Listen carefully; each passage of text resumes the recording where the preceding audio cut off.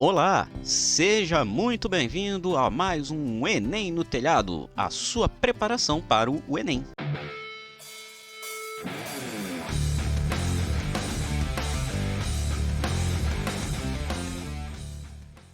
Chega junto e vamos para a questão, né? Hoje a gente vai estar fazendo a questão de número 96 do Caderno Amarelo do ano de 2022. E eu já adianto aqui, é uma questão um tanto quanto polêmica, tá? E eu vou explicar o porquê que ela é polêmica, inclusive entre os próprios professores de física, tá? Essa questão, ela não é uma questão assim que agradou a todos. Na verdade, eu acho que não agradou ninguém. Enfim, vamos lá. Você vai ver o que eu tô falando. E cá estamos nós para a questão de número 96, né? De cara já dá pra ver aqui que é uma questão puramente teórica, né? Então, a gente vai ver aqui teoria envolvida. A questão diz o seguinte: em 2002, um mecânico da cidade mineira de Uberaba, Minas Gerais, teve uma ideia para economizar o consumo de energia elétrica e iluminar a própria casa, num dia de sol. Para isso, ele utilizou garrafas plásticas PET com água e cloro, conforme ilustram as figuras. Na verdade, as fotos, né? Mas tudo bem. Cada garrafa foi fixada ao telhado de sua casa, não sou eu aqui, tá? Só para deixar isso claro. Em um buraco com diâmetro igual ao da garrafa, muito maior do que o comprimento de onda da luz. Informação muito importante, por quê? Que vai fazer a gente eliminar uma das alternativas, tá? Eu vou explicar o porquê. Nos últimos 2 anos, sua ideia já alcançou diversas partes do mundo e deve atingir a marca de 1 milhão de casas utilizando a luz engarrafada. Então nós temos aqui o projeto aqui do nosso mecânico, né? É uma ideia assim até que interessante, inclusive funciona bastante em galpões, né? Sim, tipo, dentro de casa fica um pouco mais complicado, mas para galpões isso aqui é extremamente efetivo, né? Reduz bastante. Geralmente galpões em fábricas e tudo mais tem um alto custo de energia elétrica, então fazendo isso aqui pode acabar ajudando bastante. Então vamos lá. Que fenômeno óptico explica o funcionamento da luz engarrafada? Pois bem, né? Aí a gente vai ver aqui as alternativas. A primeira alternativa fala o seguinte: o que explica seria a difração. Mas qual é a questão aqui com relação à difração? O que é a difração? A difração nada mais é do que um fenômeno ondulatório no qual a onda passa por um orifício ou por uma fenda, tá?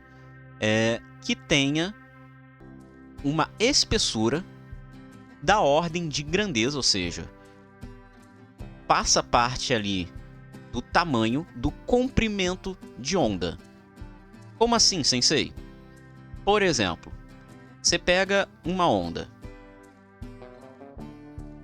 Você tem essa onda aqui. E aí você tem um comprimento de onda. Não sei se você lembra como é que funciona o comprimento de onda. Isso aqui. Ok, você tem o seu comprimento de onda. E aí o que acontece? Você passa essa onda por uma fenda. Acontece que se a fenda for do tamanho desse comprimento de onda ou tiver relação, né, for assim da ordem de grandeza desse comprimento de onda, ou seja, por exemplo, 2 vezes esse comprimento de onda, 3 vezes esse comprimento de onda, metade desse comprimento de onda, o que você vai encontrar vai ser exatamente um fenômeno de difração, que você vai ver justamente as famosas franjas claras, franjas escuras, franjas claras, franjas escuras, franjas claras, franjas escuras, né? São aquele fenômeno que a gente vê no experimento da fenda dupla de Young, tá? Nesse caso, é interessante a gente parar para analisar o fato de que no texto ele já fala que a abertura para a garrafa é igual ao diâmetro da garrafa, que é muito maior do que o comprimento de onda da luz. O comprimento de onda da luz geralmente é da ordem de nanômetros, tá? O diâmetro aqui da garrafa é da ordem de centímetros. Então, de fato, ele é muito maior, então não faz sentido ser a difração, tá? Então, resposta, letra A, não faz sentido. Letra B, a absorção. O que é a absorção? A absorção é quando você pega uma onda, incide sobre algum tipo de superfície, algum tipo de material, e esse material absorve esta onda, tá? Isso a gente vê bastante com relação à luz, tá? A gente vê as cores, inclusive por conta do fenômeno de absorção e reflexão. Nesse caso, se você levasse em conta que isso aqui estaria utilizando da absorção, na verdade não deveria ter a propagação de luz, porque na verdade ia diminuir a intensidade, né? Então não faz sentido ser a absorção. Letra C, polarização. Não faz o menor sentido, tá? Isso aqui eu já posso descartar direto. Por quê? O que é a polarização? É quando você incide uma onda sobre um determinado aparato, que a gente chama de polarizador, e esse polarizador seleciona uma direção preferencial para a propagação daquela onda, tá? Então, se a onda estava oscilando assim e o polarizador tá assim, a onda, quando passa aqui pelo polarizador, ela começa a oscilar na direção, tá? Direção e sentido do polarizador. Isso, na prática, acabaria diminuindo a intensidade luminosa, né? Então, não faz sentido ser a letra C. E aí, aqui a gente tem duas alternativas que simplesmente se encaixariam perfeitamente nessa questão. A primeira alternativa é a reflexão e a segunda é a refração. O que são esses dois fenômenos ópticos? Vamos falar da refração, que inclusive é o que diz o gabarito oficial como resposta correta. Tá? O que é a refração? A refração é quando a luz, tá, ela muda de meio. A sua propagação muda de meio. Então, por exemplo, se a gente pegar aqui o exemplo da garrafa.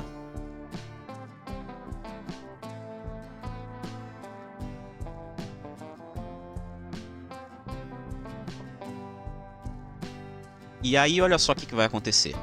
Se a gente pega a garrafa aqui, a luz originalmente ela está se propagando no ar. Então ela incide na garrafa, ela incide de todos os lados, tá? Ela incide na garrafa, se propagando no ar. Só que quando ela chega na garrafa, ela muda de meio. Ela sai do ar e começa a se propagar na água. Ou seja, o que isso vai fazer? Isso vai fazer com que a luz acabe mudando a sua orientação, tá? E como a garrafa não é uma coisa perfeita, né? Não é uma superfície extremamente perfeita, ela tem as suas irregularidades, isso faz com que você tenha várias direções sendo apontadas aqui, tá? Então, se a gente pegar aqui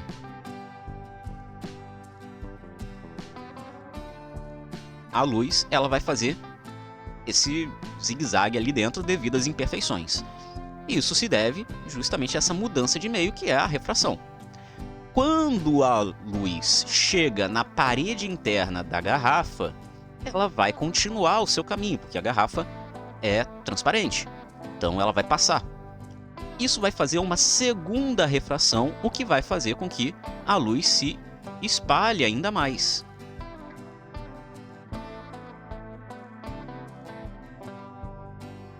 Ok, maravilhoso.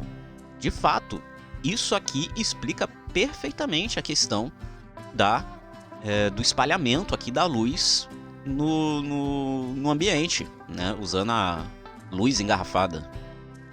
O problema não é esse. O problema é que a refração nunca acontece sozinha. Quando você tem uma situação no qual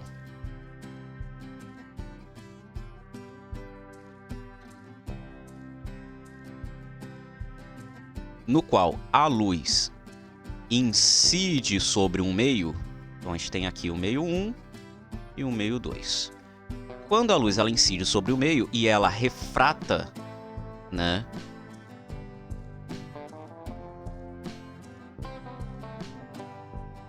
ela refrata, ela muda o seu ângulo, né, devido a essa mudança de meio.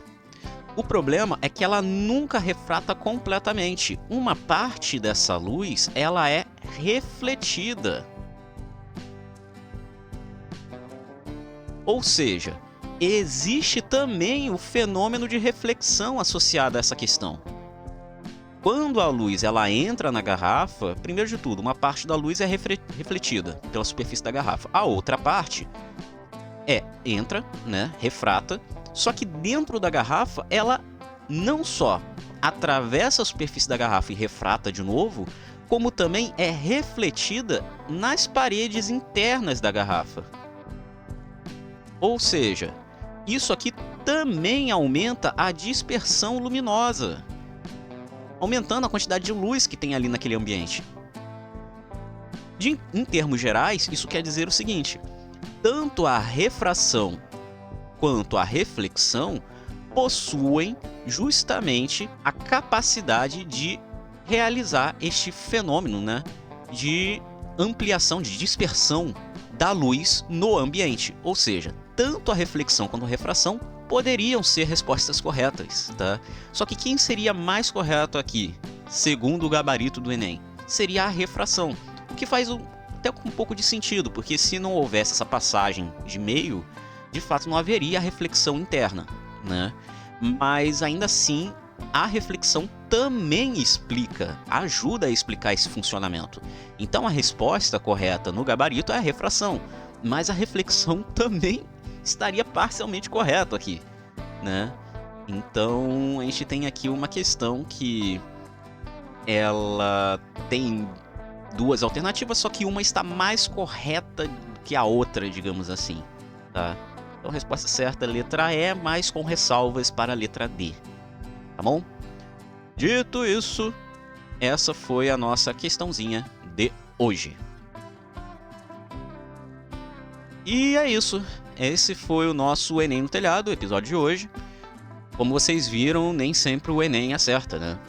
Muitas vezes ele acaba colocando umas questõezinhas desse tipo, que na verdade acabam mais atrapalhando do que ajudando o estudante. Um estudante com um pouco mais de conhecimento dentro da área de física acabaria notando esse tipo de problemática. Mas fica aí a resolução, né? E a explicação. Beleza? Não se esqueça de deixar o like, se inscreve se não for inscrito, ativa o sininho para não perder nada, compartilha com seu amigo que também vai fazer o Enem. Beleza? Esse trabalho todo aqui é justamente para ajudar vocês. Então, ajudem-se. Tamo junto e até!